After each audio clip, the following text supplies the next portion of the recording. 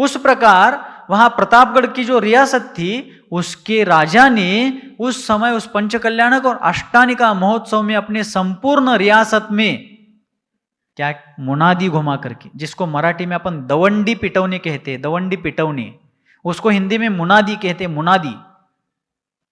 तो वहां अपने प्रतापगढ़ रियासत में वहां के राजा ने संपूर्ण अपने क्षेत्र में आने वाले गांवों में, नगरों में मुनादी के द्वारा लोगों को जागरूक कर दिया और सख्त आदेश दिया कि इस अष्टानिका महोत्सव में हमारे प्रतापगढ़ रियासत में कोई भी पशु हिंसा नहीं की जाएगी, कोई भी मांसाहार नहीं किया जाएगा।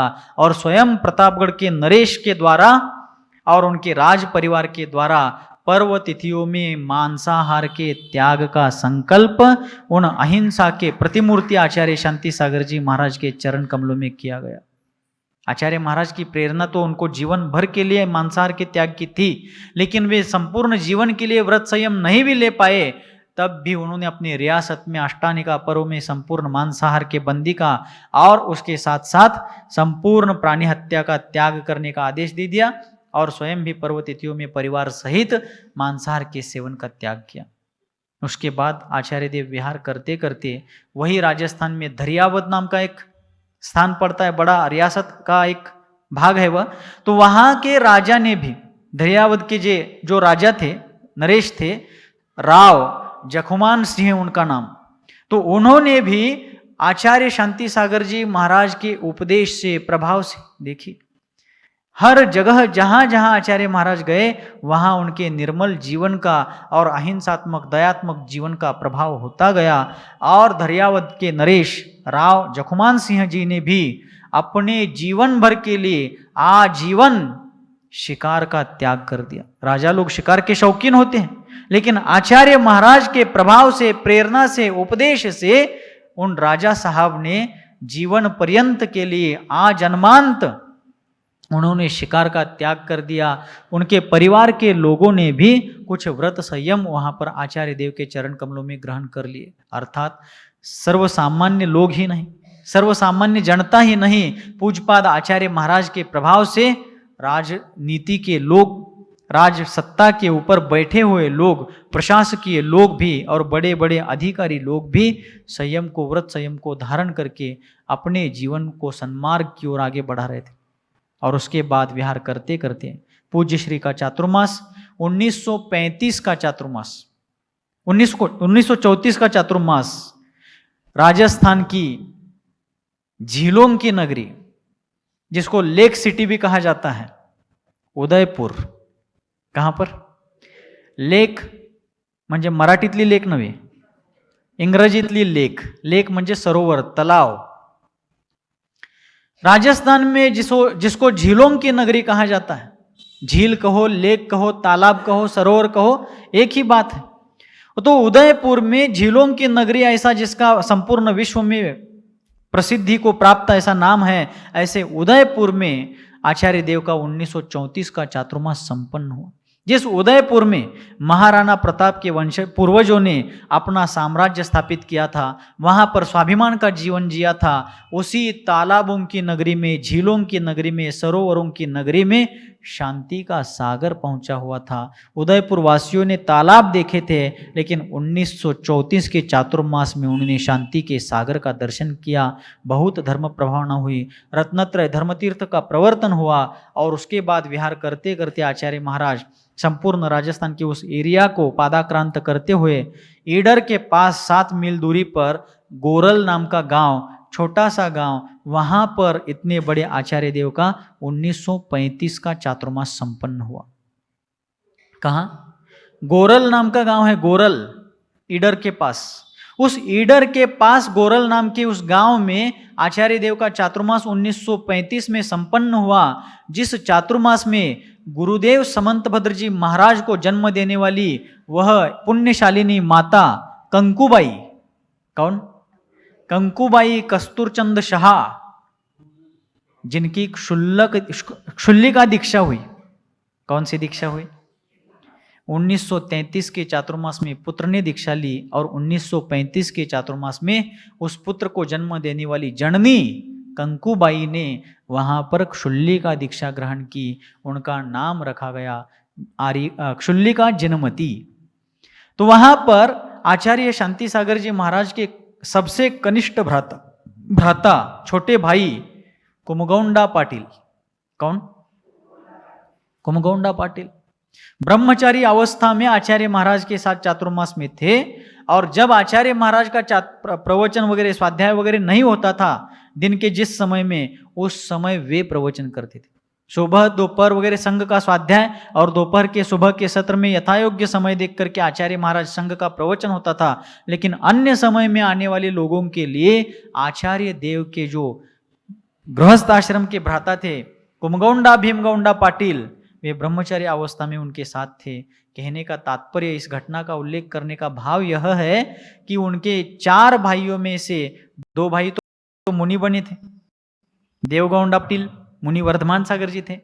स्वयं आचार्य महाराज सातगौंडा पाटिल जो आचार्य देव शांति सागर जी के रूप में विराजमान थे, और उनके अंतिम भाई चतुर्थ भ्राता कुमगौंडा पाटिल, यह भी संघ में ब्रह्मचारी अवस्था में सम्मिलित हुए थे। लेकिन वो संघ में सम्मिलित कैसे हुए, क्यों हुए, यह घटना मैं आज के लिए बता रहा हूं। आज के लिए मैंने उस घटना को रखा था, शुरुआत में ही बताना था, लेकिन यह घटना आगे जाकर के प्रासंगिक बनेगी, इसलिए आज उस पार्श्वभूमि का वर्णन मैं करने जा रहा हूं। जब क्षुल्लक अवस्था में आचार्य शांति सागर जी महाराज थे, जब उन्होंने क्षुल्लक दीक्षा ग्रहण करी, कब ग्रहण करी? 1915 में। जब उन्होंने क्षुल्लक दीक्षा ग्रहण की तो उसके कुछ दिन बाद कुमगौंडा पाटिल अपने परिवार सहित क्षुल्लक महाराज जी के दर्शन के लिए गए थे। तो अपने भ्राता को, गांव के जमींदार के बेटे को ऐसे सन्यासी वेश में देख करके कुमगौंडा पाटिल बहुत व्यथित हो गए। बीच बीच में फिर से उनका आना जाना रहा। जब आगे जाकर के आचार्य शांति सागर जी महाराज ने दिगंबर निर्ग्रंथ जैनेश्वरी भगवती मुनि दीक्षा ग्रहण की, तब भी वो एक बार गए और फिर वो भावुक हो गए और आचार्य महाराज के चरणों में मस्तक रख करके रोने लगे। तब आचार्य महाराज ने उनको कहा, क्या तुम यहां रोने के लिए आए हो? क्या पूछा? क्या तुम यहां रोने के लिए आए हो? ये रोना धोना बंद कर दो। आगे जा करके तुम्हें भी घर गृहस्थी का त्याग करके इसी सन्यास मार्ग पर आना है, उसी में जीवन की सार्थकता है। यह बड़े भ्राता ने छोटे भ्राता को दिया हुआ उपदेश था, वह आज सफलीभूत होता नजर आ रहा था। और उन्हीं की पावन प्रेरणा और आशीर्वाद से उनके छोटे भ्राता आचार्य शांति सागर जी महाराज के आशीर्वाद से उन्हीं के छोटे भाई कुमगौंडा पाटिल संघ के एक सदस्य बन गए। 1935 का चातुर्मास बहुत प्रभावना पूर्वक संपन्न हुआ। अनेक लोगों ने वहाँ पर व्रत संयम धारण किया और उसके उपरांत आचार्य देव का विहार, आसपास सर्वत्र विहार करते करते फिर से जिन्होंने आचार्य शांति सागर जी महाराज को आगे अग्रज भूमिका लेकर के, अग्रिम भूमिका लेकर के, महत्वपूर्ण भूमिका लेकर के आचार्य महाराज को दक्षिण भारत से उत्तर भारत की यात्रा करवाई थी, सम्मेद शिखर जी की यात्रा और विहार करवाया था, उन सेठ पूनम चंद घासीलाल झवेरी जी की जन्म नगरी में, उनके गृहस्थ जीवन के मूल निवास स्थान में प्रतापगढ़ में आचार्य देव का 1936 साल का चातुर्मास संपन्न होता है। जिन्होंने 36 मूल गुणधारी आचार्य महाराज को संपूर्ण उत्तर भारत के अनेक क्षेत्रों में विहार करवाया, उन्हीं 36 मूल गुणधारी आचार्य देव का 1936 का चातुर्मास उन्हीं झवेरी जी के मूल निवास स्थान प्रतापगढ़ में हुआ। बहुत प्रभावना, अतीव वैभवशाली रूप वहां उस चातुर्मास ने धारण किया। चातुर्मास का वैभव मतलब बहुत बड़ा पंडाल, बहुत बड़े बड़े झुंबर वगैरह क्या क्या लगाए जाते हैं, डेकोरेशन किया जाता है, वह चातुर्मास का वैभव नहीं है। चातुर्मास का असली वैभव तो वह है कि जहां पर मिथ्यात्व का निर्मूलन करने के लिए पुरुषार्थ किया जाता है और जो अज्ञान के मार्ग पर बढ़ने वाले जीव सम्यक्त्व के मार्ग पर, रत्नत्रय के पथ पर आने के लिए प्रेरित किए जाते हैं, और ऐसे जीव जब प्रभावित होते हैं, वही चातुर्मास का वास्तविक वैभव है। चातुर्मास में धन कितना एकत्रित हुआ, चातुर्मास में पंडाल कितने लग गए, चातुर्मास में लोग कितने आ गए, इससे भी ज्यादा कितने लोग अंतःकरण से रत्नत्रय धर्म के प्रति प्रेरित हो गए, और कितने लोगों के अंतःकरण का मिथ्यात्वादी भाव जो संसार भ्रमण का मूल कारण है, ऐसे मिथ्यात्वादी भावों का अभाव हो गया। वह चातुर्मास की वास्तविक उपलब्धता है। तो ऐसा बहुत प्रभावनापूर्ण वैभवपूर्ण चातुर्मास 1936 में होकर के आचार्य महाराज फिर से, हर वर्ष क्या होता है, एक वर्ष में 2 अयन होते हैं। एक वर्ष में कितने अयन होते हैं? अयन मतलब 6 महीने के काल को अयन कहा जाता है। क्या कहा जाता है? अयन। 7 दिन को सप्ताह, 15 दिन को पक्ष, 30 दिन को मास, 2 महीने को ऋतु, 6 महीने को अयन, और 2 अयन का 1 संवत्सर या वर्ष कहा जाता है। 5 वर्षों का एक युग, 12 वर्षों का एक तप, इस प्रकार कालगणना के वो मानक है।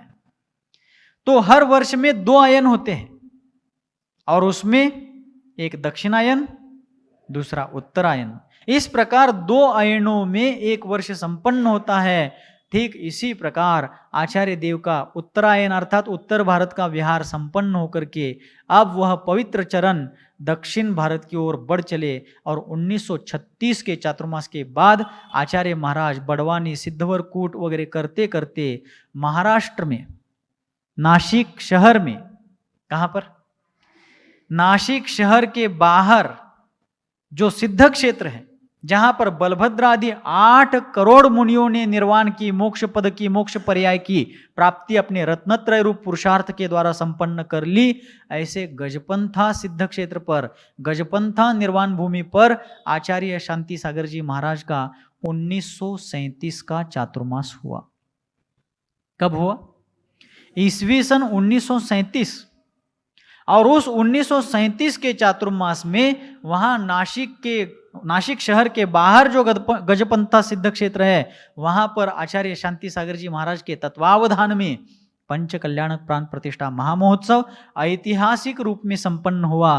क्योंकि उत्तर भारत के भी बहुतायत लोग आए थे, और आचार्य शांति सागर जी महाराज महाराष्ट्र की सीमा पर है, और महाराष्ट्र की सीमा से फिर वापस उत्तर भारत में ही लौट करके ना जाए, दक्षिण को वह धर्म सूर्य फिर से प्रकाशित करे, इसलिए सांगली, कोल्हापुर, बेलगांव इत्यादि इस क्षेत्र से हजारों लोग नासिक गजपंथा सिद्ध क्षेत्र पर उस पंचकल्याणक के दौरान, पंचकल्याणक से भी ज्यादा हम सबका कल्याण संपन्न कराने वाले आचार्य महाराज दक्षिण भारत में फिर से आ जाए, और उनका सानिध्य, उनका पवित्र सन्निधि का लाभ हम सबको मिल सके, इसलिए वहां पर पहुंचे थे।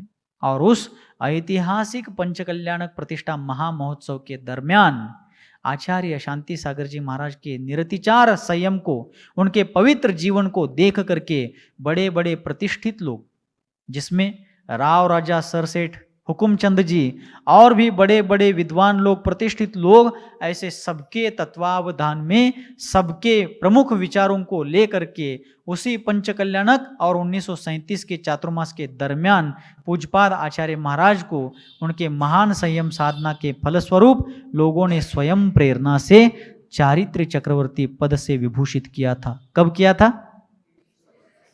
1937 के चातुर्मास के दरमियान। चातुर्मास के पहले पंचकल्याणक हो गया। क्यों हो गया? क्योंकि पंचकल्याणक उत्तरायण में ही होते हैं। पंचकल्याणक कब होते हैं? पंचकल्याणक हो, वेदी प्रतिष्ठा, मूर्ति प्रतिष्ठापना हो, ये सब उत्तरायण में होते हैं। दक्षिणायन में पंचकल्याणक और मूर्ति प्रतिष्ठापना संबंधी कोई भी धार्मिक उत्सव नहीं होता। हाँ, विधि विधान वर्ष में कभी भी हो सकते हैं, किंतु पंचकल्याणक और वेदी प्रतिष्ठा जैसे महोत्सव, मूर्तियों को स्थापना करने जैसे महोत्सव उत्तर आयन में ही संभव है, वही उसी समय किए जाते हैं।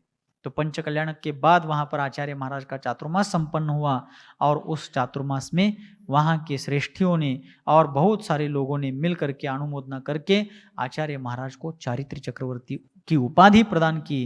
किंतु इतनी बड़ी उपाधि प्रदान करके भी वे महामहिम आचार्य महाराज उस उपाधि की प्राप्ति के बाद या प्राप्ति होने के पहले या उस प्राप्ति के समय अत्यंत हर्षित नहीं हुए। क्या नहीं हुए? आज मुझे इतनी बड़ी उपाधि दी जा रही, इतनी बड़ी उपलब्धि मेरे जीवन की होने जा रही है, ऐसा कोई हर्ष उनके मन में नहीं था। वे माध्यस्थ भाव धारण किए हुए, समत्व भाव को धारण करके अत्यंत शांत चित्त से वहां विराजमान थे। उनकी जगह मैं होता, लोग देने से पहले मैं भीतर से कहीं से फील्डिंग लगाता, भाई इतना मैं सब कुछ कर रहा हूं तो आप मुझे भी कुछ दो। लेकिन आचार्य महाराज स्वयं फील्डिंग लगाना, लोगों को इंटरनली संकेत करना ये तो छोड़ो, लेकिन जब लोग दे रहे थे उन्होंने उसमें हर्ष भाव व्यक्त नहीं किया, वे माध्यस्थ रहे। और जब उनको अपने विचार व्यक्त करने का समय आया, प्रवचन का समय आया, तो आचार्य शांति सागर जी महाराज ने उस अवसर पर कहा, उनके उद्गार निकलते हैं कि असल में चारित्र चक्रवर्ती तीर्थंकर भगवान ही होते हैं। क्या कहा उन्होंने? वास्तविक रूप से देखा जाए तो चारित्र चक्रवर्ती साक्षात तीर्थंकर भगवान ही होते हैं, क्योंकि संपूर्ण क्षायिक चारित्र उनके जीवन में प्रकट हो चुका होता है। इसलिए चारित्र चक्रवर्ती तो कौन होते हैं? तीर्थंकर अरहंत भगवान होते हैं। क्षायिक सम्यक दृष्टि वीतराग चारित्र के धनी, ऐसे वे महान साधक ही वास्तव में चारित्र चक्रवर्ती होते हैं।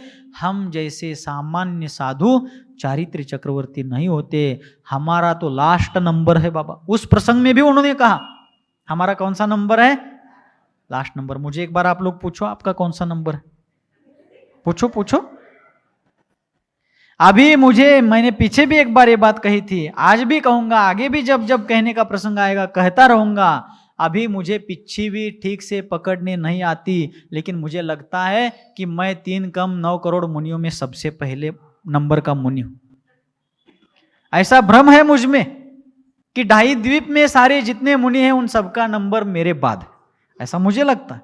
लेकिन जिनके कारण भारतवर्ष में श्रमण परंपरा पुनरुज्जीवित हो गई, वे आचार्य देव, महामहिम शांति सागर आचार्य देव कहते हैं कि मेरा लास्ट नंबर है। कितनी निस्पृहता! स्वार्थ त्याग की कठिन तपस्या बिना खेद वे करते। कौन सा स्वार्थ था उनका? उन्होंने स्वयं कोई डिमांड नहीं की, लोग स्वयं प्रेरणा से वह चीज उनको प्रदान कर रहे थे। वो अत्यंत माध्यस्थ थे, उनको परमाणु मात्र भी हर्ष नहीं हुआ, वे शांत चित्त थे। और अंत में कहते मेरा लास्ट नंबर है बाबा। ऐसे महान साधक, ऐसे महान आचार्य देव, समडोली वालों को गर्व होना चाहिए, है ही, लेकिन वह गर्व और बढ़ना चाहिए। सामान्यतः लोगों को गर्व किस चीज का होता है? हमारी खेती इतनी है, वारणा के तट से लेकर कृष्णा के किनारे तक हमारी ही खेती है, हमारा बैंक बैलेंस इतना है, हमारे मायके में जायका ऐसा लगता है, हमारे ससुराल में वैभव इतना है, हमारे बच्चों की डिग्रियां उपाधियां इतनी बड़ी बड़ी है। इन चीजों पर गर्व करना कोई तथ्य रूप नहीं है।